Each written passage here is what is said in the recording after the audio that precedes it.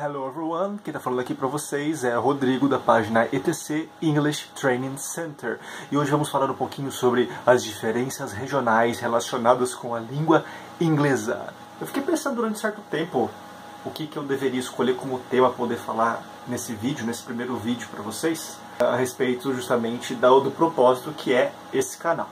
A gente não quer realmente que esse canal fale aquela impressão de ser uma aula chata, de fazer com que o inglês pareça cada vez mais insuportável na vida de vocês. O intuito desse canal, dessa página, é mostrar que, na verdade, o inglês não é uma coisa que você estuda. O inglês é uma coisa que você tem que criar dentro de você e fazer com que isso se torne um hábito, podendo dessa maneira você aprender como consequência. E justamente pensando no que a gente poderia estar falando, eu me recordei que existe uma certa pergunta que toda classe que eu dei aula, outras pessoas que a gente comenta que fala inglês, ou de repente que comenta que a gente dá aula de inglês, fala: nossa, mas Rodrigo, qual que você acha melhor? Você acha melhor o sotaque britânico ou você acha melhor o sotaque americano? Eu não sei, eu acho que o cara acha de repente que existe uma diferença muito grande entre ambos os sotaques. Sotaques que a gente chama de accent. E vamos ver que não é tanta diferença assim como nós pensamos que é. Quando nós falamos aí sobre diferenças regionais, o português é muito mais visível nós analisarmos essas diferenças comparado ao inglês brasileiro, que mais parece realmente a língua brasileira do que a língua portuguesa, comparado com o inglês de Portugal, não, o inglês de Portugal, comparado com o português de Portugal. Quer dizer, na verdade, existe uma diferença além do accent, além do sotaque, também de muitas palavras, o qual, de repente, para nós tem um sentido, e para eles tem outro totalmente diferente, muitas vezes até mesmo cômico. Quando estamos falando sobre a análise da diferença entre essas questões regionais que o inglês se comporta em cada país, nós estamos falando exatamente de duas áreas de estudo, que é a fonética e a fonologia. Para nós hoje será interessante a fonética, a qual justamente é o estudo de como se comporta a sonoridade da língua através de uma maneira um pouco mais fisiológica do que a fonologia estuda, que é justamente sobre a maneira lógica que as palavras dentro da fonética vão se comportar no momento que você fala. Dentro da fonética existem três áreas de estudo que vão justamente analisar como funciona a sonoridade, o comportamento da língua no momento de ser falada. Primeiramente, justamente a fonética articulatória, que vai examinar, vai estudar como que funciona o comportamento dos órgãos, basicamente língua e boca, no momento que você fala a língua ou idioma.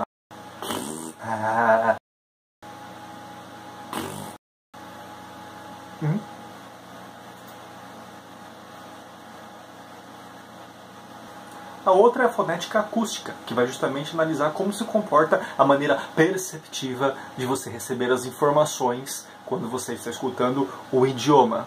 E o outro é a fonética auditiva, que vai justamente estudar a maneira que você escuta e interpreta essas sonoridades peculiares de cada língua.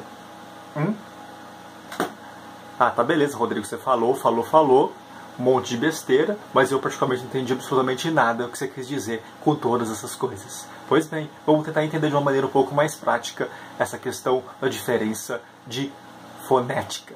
Algumas pessoas dizem que o britânico, quando você escuta o inglês dele, parece que ele está falando com você com alguma coisa presa na boca. Tipo isso.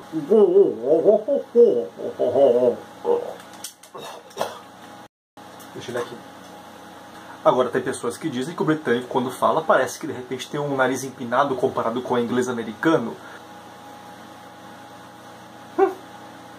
Porém, analisando, vamos ver que, na verdade, é justamente a sonância de certas vogais, por exemplo, a qual, no inglês britânico, comparado com o inglês americano, dá essa ideia de repente, uma língua um pouco mais presa, ou, de repente, uma coisa um pouco mais educada do que realmente é.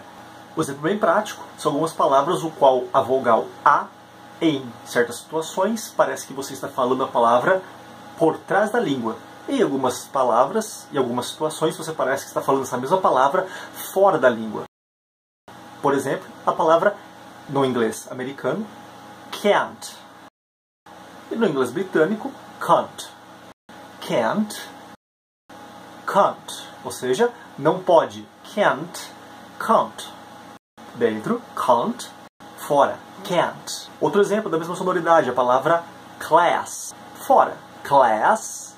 Britânico, class. Ou a palavra fast, que significa rápido. No britânico, fast. No americano, fast. Too fast, too fast. Outro exemplo prático de letra que tem uma certa modificação de sonoridade no sotaque britânico é a letra R. Se aparece antes de vogais, como por exemplo na palavra red, você consegue escutá-la. Porém, quando você encontra ela separada da vogal, geralmente ela some e fica parecendo mais como um A. Como por exemplo a palavra learn. No inglês americano, learn. No inglês britânico, learn. Outra letra, a qual acontece bastante dessa modificação de sonoridade, é justamente a letra T. É só a palavra writer. No inglês britânico, writer. Justamente, que nem no português, que o T você tem essa sonoridade de T. T. Já no inglês americano, às vezes parece que some essa sonância e você escuta, na verdade, um D no lugar. Tanto que a palavra writer é a mesma, sonoricamente, se você não prestar atenção. Writer, writer, writer, escritor. Writer, writer. Outra letra interessante também que acontece esse tipo de diferença fonética é a letra O. Onde no britânico, em muitas palavras a qual ela está presente, você meio que prolonga o som do O. Por exemplo, no. Vou falar não? No. Home. Home. No. No inglês americano já é um pouco mais curto essa pronúncia. No. Home. No. Britânico, home. No. Well, guys, na verdade, então fica aí com mais uma dica, mais uma curiosidade a respeito da língua, a qual vocês vão perceber com os poucos que, na verdade, você não aprende inglês, você se acostuma com o inglês, você faz o inglês fazer parte de você no seu dia a dia. E essa é a melhor metodologia para você aprender, é se divertindo, acompanhando coisas inglesas, se interessando pelo idioma. Não vai pensando que fazendo exercicinho sobre o verbo to be todos os dias você vai conseguir compreender a língua inglesa. Então é lógico, exercícios são importantes, aprender gramática é importante, porém não é somente isso que vai compor o aprendizado da língua inglesa. É justamente o gosto que você acaba criando pelo mundo mágico da língua inglesa que vai fazer o diferencial para o seu aprendizado. Se vocês gostaram, dá um curtir aí. Se eu falei alguma besteira também, por favor, comentem. Afinal de contas, eu não sou dono da verdade, nem quero ser, muito pelo contrário. O nosso intuito é justamente troca de informações para cada vez podermos aprender mais e mais. So, keep it up.